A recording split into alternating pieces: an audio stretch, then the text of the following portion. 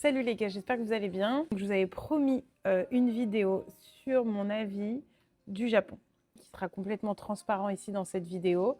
Attention, ça reste que mon avis, ma propre opinion. Moi, je pense que chaque avis, qu'il soit 100% positif, plus négatif, ils sont tous à prendre en compte. Parce que clairement, on vivra chacun des expériences différentes, des choses qu'on a moins aimées, pour finir sur une note positive.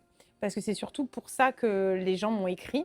Nous, ce qui nous a surpris, en fait, on s'était fait un monde du Japon. C'est tellement vendu, je trouve survendu sur les réseaux sociaux, qu'on s'est vraiment imaginé que ça allait être le monde de Narnia, hyper parfait. C'était vachement stéréotypé quand même sur les réseaux sociaux. Et du coup, voilà, on avait cette liste dans notre cerveau et clairement, on attendait que tout soit coché. Donc, il y a beaucoup de choses qui ont été cochées en mode on est d'accord et plein d'autres qui n'ont pas été cochées du tout. La première des choses, je trouve que c'est pas un pays qui est facile avec enfants.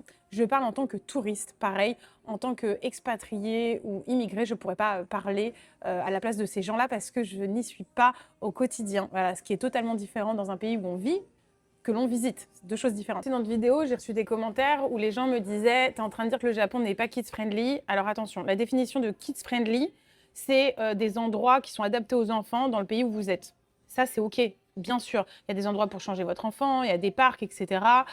Il n'y a pas de problème. Mais moi, dans ma définition de kids-friendly, je parlais plutôt de la population, de l'accueil, des gens, etc., de l'atmosphère qu'on y ressent en tant que famille.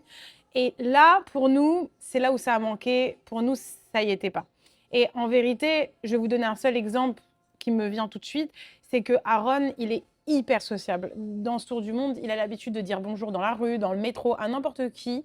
Et c'était clairement dans ce pays-là où il a eu le moindre retour et ça nous a fait de la peine. C'est-à-dire qu'il disait hello, hello. Et alors attention, on va pouvoir me dire que les Japonais sont timides. C'est vrai, on l'a vu.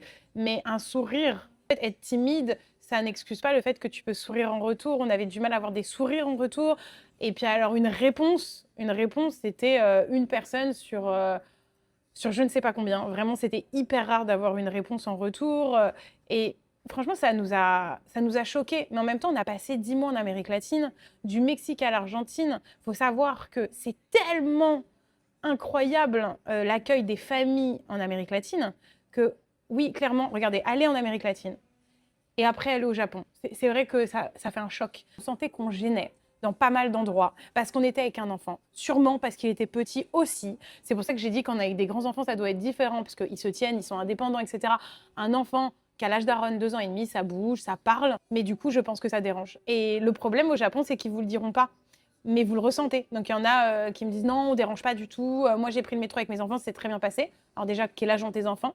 Et puis est-ce que vraiment tu es dans la tête des Japonais pour savoir si tu les déranges ou pas? Voilà. Nous, on l'a ressenti à plusieurs reprises, vraiment. Et j'ai attendu quand même. On a passé 1 mois et demi dans ce pays pour vous faire ce retour. J'ai pas attendu 3 jours en disant oui, j'ai pas aimé, j'ai pris ce métro, etc. Vraiment, on a attendu 6 semaines pour vraiment se poser et faire un bilan de ce qu'on en pensait. Donc effectivement, quand on prenait le métro, on voyait que ça dérangeait quand Aaron parlait un peu plus fort. Il criait pas, il pleurait pas, juste il parlait fort. Donc j'en ai fait une vidéo humoristique quand j'étais dans le métro. Mais en vérité, je me suis retrouvée dans des situations où j'avais peur qu'Aaron fasse trop de bruit, j'avais peur qu'il dérange les gens. Et ça, je ne trouve pas ça forcément normal en tant que maman d'être en transpiration dans le métro parce que j'ai peur qu'il fasse du bruit, tout court. Voilà, je ne peux pas l'empêcher de se taire. Je sentais qu'on dérangeait aussi dans les restaurants parce que j'avais fait une vidéo où on a été refusé à plusieurs reprises. Alors, il y a des familles qui m'ont dit n'avoir jamais été refusées de restaurant. Et en fait, j'estime que c'est vrai et qu'on a tous eu des expériences différentes aussi là-dessus, mais ça nous est vraiment arrivé, j'ai aucune raison de mentir. Donc à partir du moment où on a été refusé, attention, on l'a dit plein de fois, c'était pas des izakaya. Izakaya, c'est des restaurants où ils servent de l'alcool, où on peut fumer, évidemment. On a vu certains restaurants où il y avait écrit Japanese only devant le restaurant. À partir du moment, c'est un sujet, hein, on n'aime pas, mais au moins c'est indiqué. On se présente pas. Il y a beaucoup aujourd'hui de restaurants au Japon où ils interdisent l'étranger. Moi, le seul truc qui me dérange dans tout ça, c'est que c'est le seul pays de notre tour du monde où on a trouvé que c'était compliqué d'être avec un enfant, où on était gêné d'avoir un enfant et qu'on savait qu'on allait s'interdire énormément d'endroits. Et d'ailleurs, il y a plein d'endroits qu'on s'est interdit parce qu'on sentait que c'était compliqué. Puis au Japon aussi, l'infrastructure fait que c'est compliqué parce que tout est petit, tout est fait pour que soit seul à manger, etc. Franchement, je trouve que par contre, si on est solitaire, si on aime le silence, on n'aime pas forcément les enfants, c'est un pays qui est extraordinaire. Franchement, c'est top. On a appris en parlant avec les locaux tout court, un vrai déclin de la natalité au Japon. Je n'étais pas au courant. Du coup, j'ai commencé à me renseigner, à regarder un peu. C'est ça qui est bien aussi, c'est de savoir où en est le pays. Effectivement, c'est un peu pour ça qu'on voit peu d'enfants. Il y a certaines femmes qui m'ont appris. Et les parents avaient des enfants, souvent les mères ne sortaient pas beaucoup, quoi. Parce que c'est comme ça, au Japon, tu veux pas déranger. Et puis, du coup, tu t'exclus un peu de la société volontairement jusqu'aux 3-4 ans de l'enfant au moins. Donc, effectivement, j'ai mieux compris certaines choses. L'imperfection, je pense qu'il y a un juste milieu, c'est-à-dire que quand tout est trop parfait, bah, c'est un peu boring et ennuyant. Et quand c'est trop le bordel, perso, ça me dérange pas, mais je comprends que les gens ils disent ah, c'est trop le bordel, personne ne respecte rien, machin. Au final, avant le tour du monde, si vous m'aviez dit que la population, je serais tombée amoureuse des Chinois et que j'aurais beaucoup moins aimé les Japonais, je ne vous aurais pas cru. Voilà. Je suis faite plus pour un pays qui dépasse un peu les lignes quand on colorie. Je suis pas faite pour un truc parfait. Et en vrai, ça me va. C'est OK.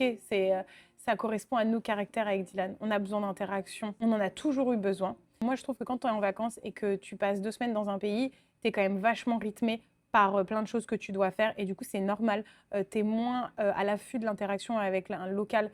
Alors que nous, c'est le contraire. On a le temps, on se pose longtemps. Dans pas mal de villes, on a besoin de ces interactions-là. C'est ce qui fait que ça va jouer sur notre voyage, sur notre avis sur le pays, etc. On a besoin d'être en contact avec les locaux. C'est pour ça qu'on fait un tour du monde principalement. Et quand on n'en a pas, on est frustré et on se demande si c'est nous qui avons fait quelque chose de mal ou si simplement leur culture. Et on essaye de comprendre et on est les premiers à essayer de voir pourquoi. Et comme c'est très rare que ça nous arrive pas, les interactions, quand c'est le cas, c'est compliqué pour nous. Pour ce qui est des points positifs, il y en a tellement. On a adoré toutes les villes qu'on a visitées. Je pourrais même pas vous dire une ville que j'ai moins aimée. Je veux dire, Nara avec ses biches, c'est incroyable. Moi, les grandes villes, on adore avec Dylan, on est fan. Osaka, Kyoto, Tokyo, c'était fou, c'était magnifique. Toutes les villes, elles ont leur charme, elles ont leur truc à elles, quoi. Enfin, je veux dire, je pourrais même pas vous dire il faut skipper celle-ci, il vaut mieux aller dans celle-là, parce que tout est incroyable. Et je rigole pas. La nourriture, c'est le pays numéro 1 de notre tour du monde en nourriture. On n'a jamais autant mangé, c'était exceptionnellement bon. Le mont Fuji, c'était incroyable. J'ai vu qu'il y en avait qui avaient écrit que c'était surcoté sur les réseaux, dans le sens où ils le voient tellement en vidéo que quand c'est en vrai devant eux, ils sont déçus. Je peux le comprendre. Moi, ça n'a pas été le cas. Et souvent, quand on voyage longtemps, on est souvent déçu des spots et tout. Mais alors moi, pas du tout. J'ai trouvé que c'était magnifique. Cette montagne au milieu de nulle part, comme ça, devant toi, j'ai trouvé ça fou. Nous, on n'a pas du tout été déçus. Vraiment pas.